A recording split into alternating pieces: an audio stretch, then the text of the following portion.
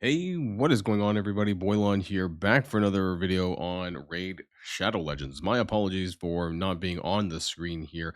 I'm actually recording this video being away for the weekend. So I have here with me my mic, but I do not have my webcam. So my apologies, everyone. But what we're going to be talking about in today's video, we're going to be continuing along some of this new player journey stuff that I have been covering in recent videos. I did a video about masteries, and now I want to do a video about gold. So, or no, sorry, not gold, gear. Oh my God, we're going to be talking about gear because it's very nuanced, and a lot of players, especially if you're a new player, I got to admit that it makes such a big difference having your gear done properly. Now, I did a really popular video here talking about gearing Michelangelo, but I want to kind of talk more broadly about each individual gear slot and what you should be looking out for depending on basically what kind of role your character is playing. Because there is some nuances, especially in the gauntlets, the chest pieces, and the boots, as to exactly what kind of gear that you're looking for. So that's what we're going to be covering in today's video. But before we get started with the rest of the video, I do want to remind people that if you haven't started playing Raid yet, what are you waiting for? Download using the QR code in the top right to get Narma, the recently reworked Narma the Returned. Absolutely amazing. But these three epics to go alongside her: Ugo, Tagore, and my personal favorite, Deacon Armstrong at accounts level 15, 30, and 40. And don't forget, you can also use this promo code Demon Slayer to get the legendary Tholen Falbeard absolutely free within the first 48 hours of a brand new account. I recently made a new alt account, and he is absolutely the one that you need to pick. So, let's get started with a few things. We're going to kind of jump around a little bit between my main account, but also my alt account. So I want to talk about one slot in particular, and this is a no-brainer for a lot of people, but you'd be surprised how many people don't actually know this or don't bother with this. And this is the boot piece, okay? So you absolutely, it doesn't really matter. And I'm gonna show you this on my alt account. That every single person, whether you're a new player, a mid game player, or a late game player, you want to have speed boots in every single character. You want to have a main stat speed boots. Now you can get different pieces, you can get different stats. Actually, I don't know if I have actually other stats because typically I sell them, right? But you can see here that on my screen I have very few items that are not speed boots. It is very, very, very, very niche that you're not running a speed main stat boot. There's a few exceptions for this. Just in case you're curious about that, we know the percentages are great, but realistically, you do want to make sure that you have speed boots, even if it's a bad set. You want to make sure that you have a speed boot. Okay, this is super important that you have this on basically every single character. The exception that I want to make of this, there's a few characters, honestly, there might be more, but characters that I have in my roster that is an exception to this is like this guy, Hegemon, because he actually takes his turn first regardless. He has this passive, he always goes first at the start of every turn. And so I don't actually use speed boots. I use an attack percentage boots because he is always going to go first. He's always going to do an attack. The other character that I want to point out would be Calvalax because he does something very similar, except for he does it with poisons.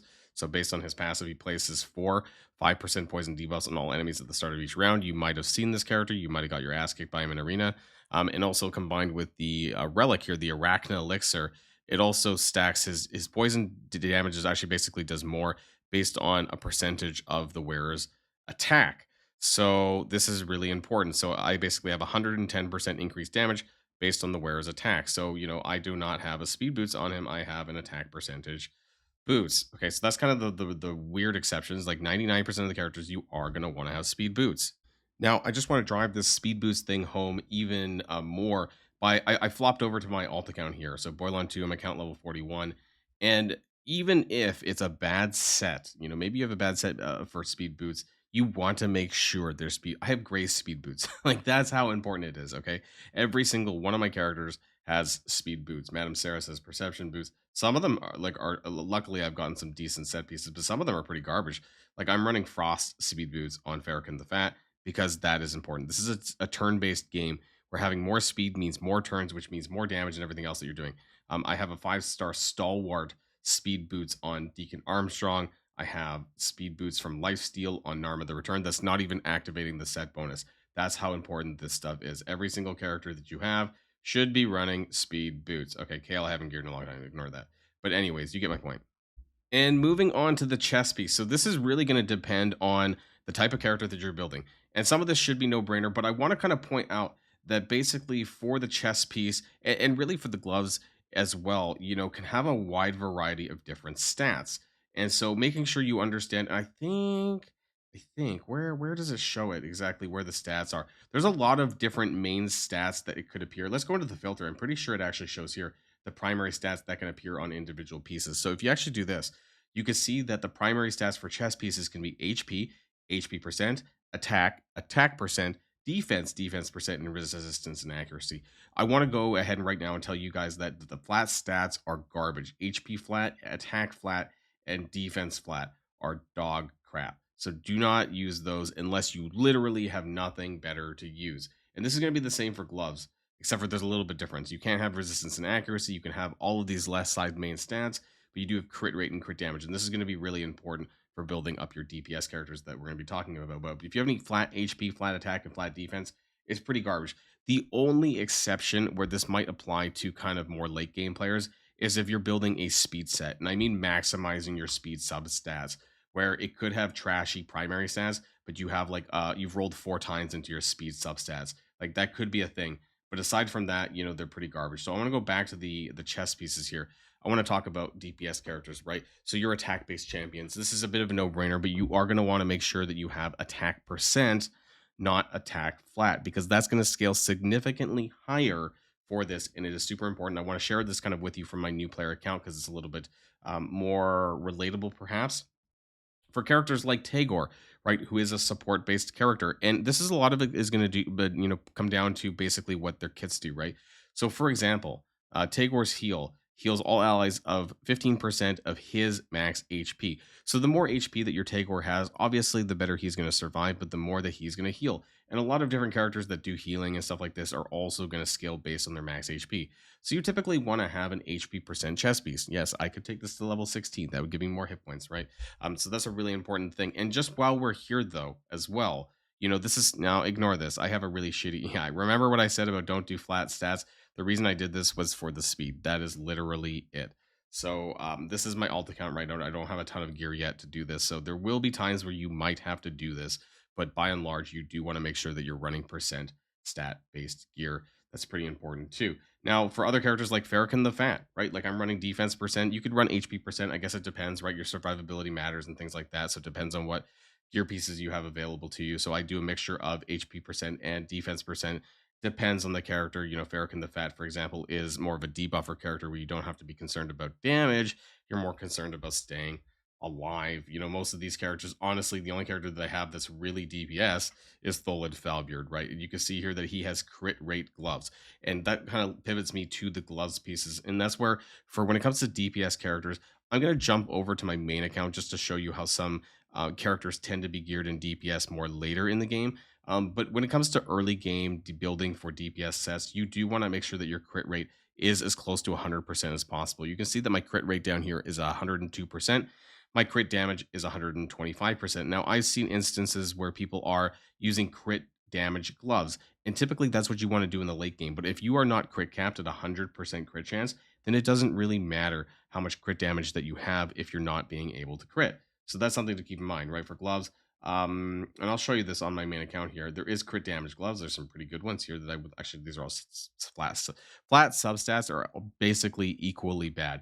When it comes to looking out for what is good gear for other pieces, flat stats in attack, defense, and HP tend to be just as bad as what I just mentioned about main stats that are main stats that are flat. You do not want flat on basically anything when it comes to attack, defense, and HP because it just does not scale well.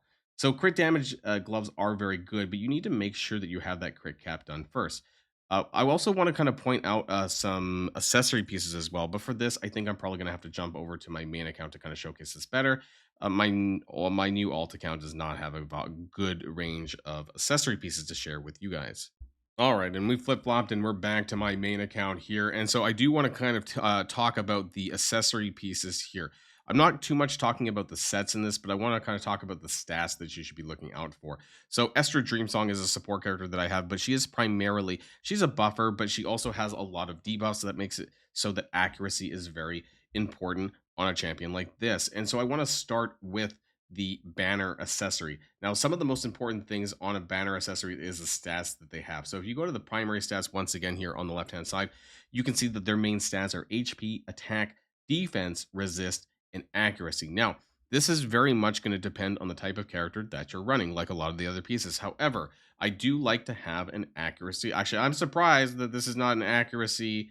Maybe I have so much accuracy already, especially in the early game. Having an accuracy banner is going to be very, very helpful. Hitting that cap, right? Getting the necessary accuracy that you need to land debuffs on certain content is going to be very important. However, banners are also the only pieces that can have speed as a substat.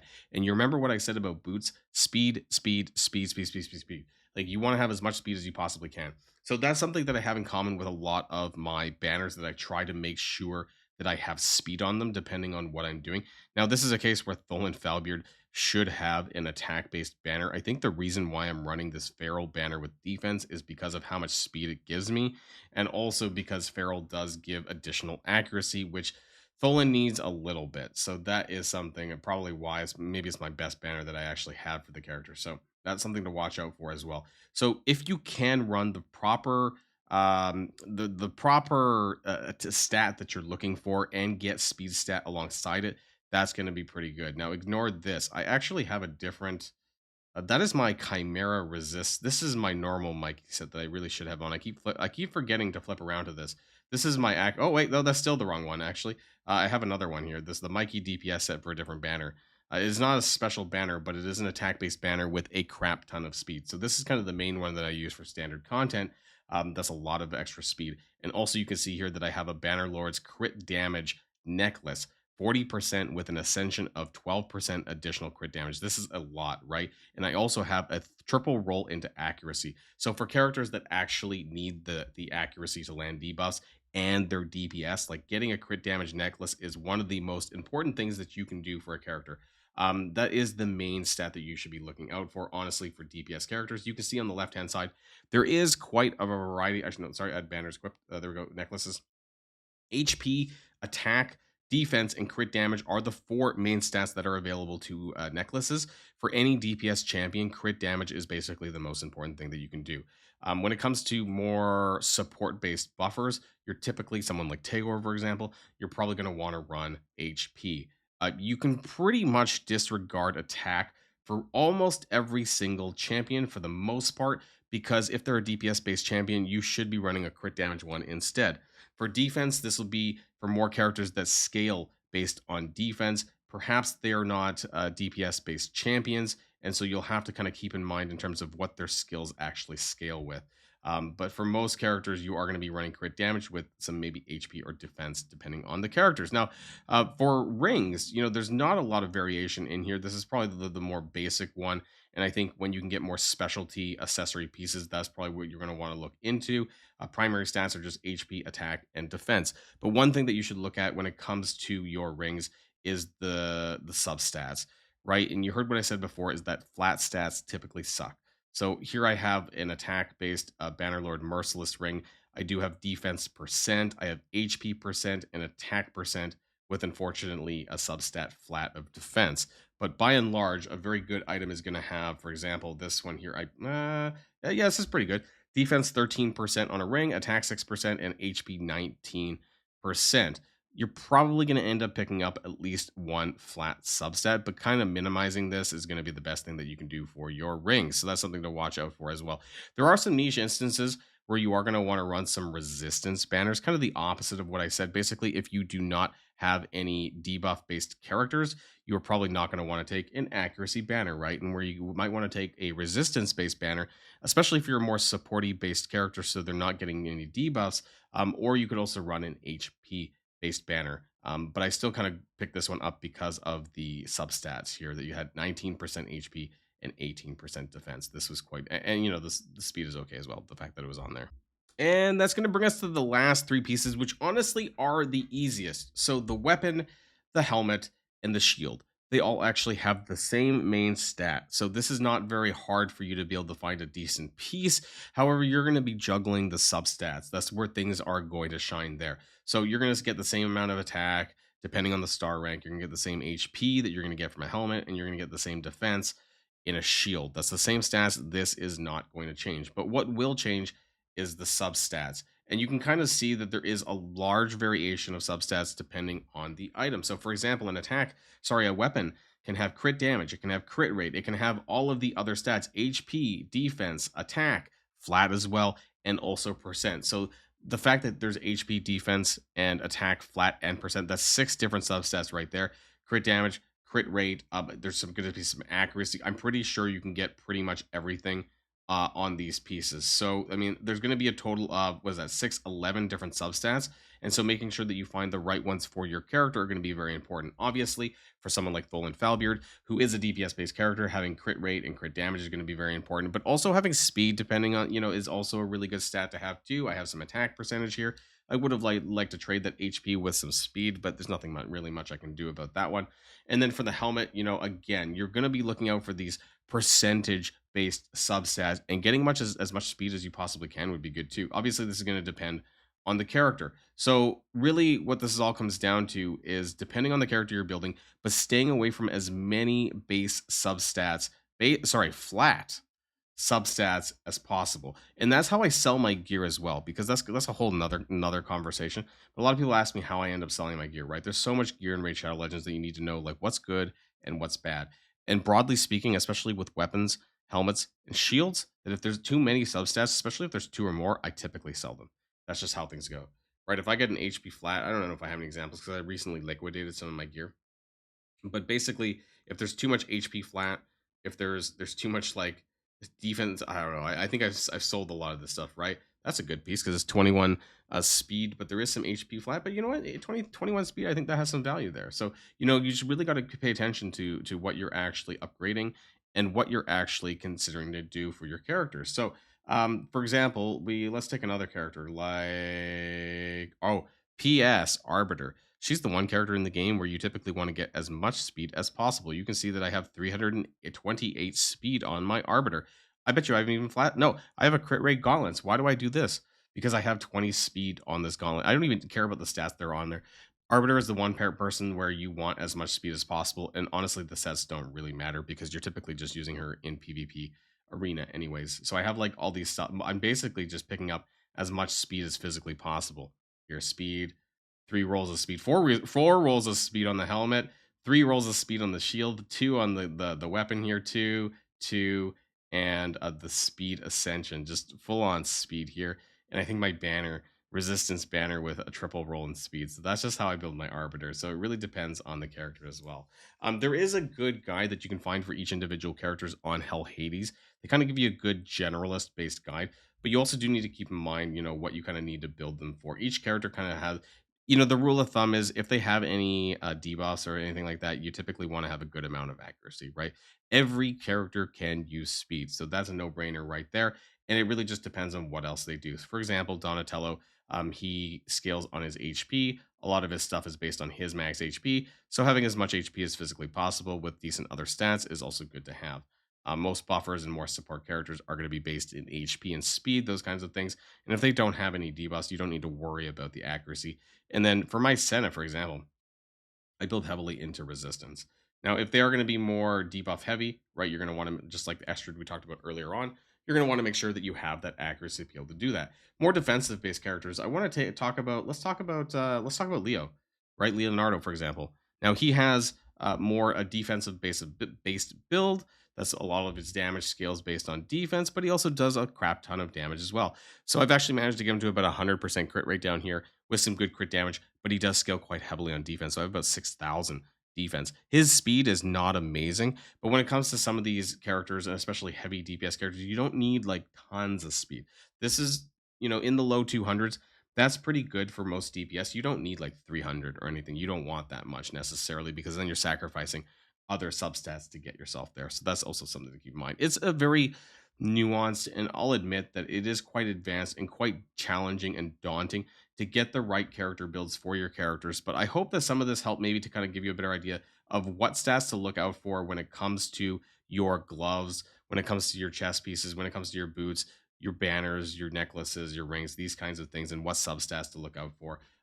Typically just play around with things, especially when it comes. DPS are probably some of the most difficult to build because you have to basically balance your crit rate and your crit damage. My Tholen could be doing a lot better on his crit damage than 279%. And that's probably because I have not crit capped my other pieces here, and I am kind of crutching here on this crit rate gloves instead of moving to a crit damage gloves. That's something that I do need to change in the near future. But hopefully some of this helped anyways. Let me know what your thoughts are in the comments down below. Now, before I do go, I do want to remind people that if you haven't started playing Raid yet, what are you waiting for? Download using the QR code in the top right to get Narma the Returned absolutely free, recently reworked. She's super great. And also these three amazing epics. You can get Ugo, you can get Tagore, and you can get Deacon Armstrong at accounts level 15, 30, and 40. And don't forget, we've been talking a lot about him today. You can use the promo code Demon Slayer to get Tholen Falbeard absolutely free within the first 48 hours of a brand new account. That's going to be it for me, everybody. Let me know what your thoughts are, and I'll see you guys all on the next video. And if you like this video, make sure you hit that subscribe button if you haven't already, and you'll be greatly helping out the channel. Have a great day, and I'll see you guys on the next one.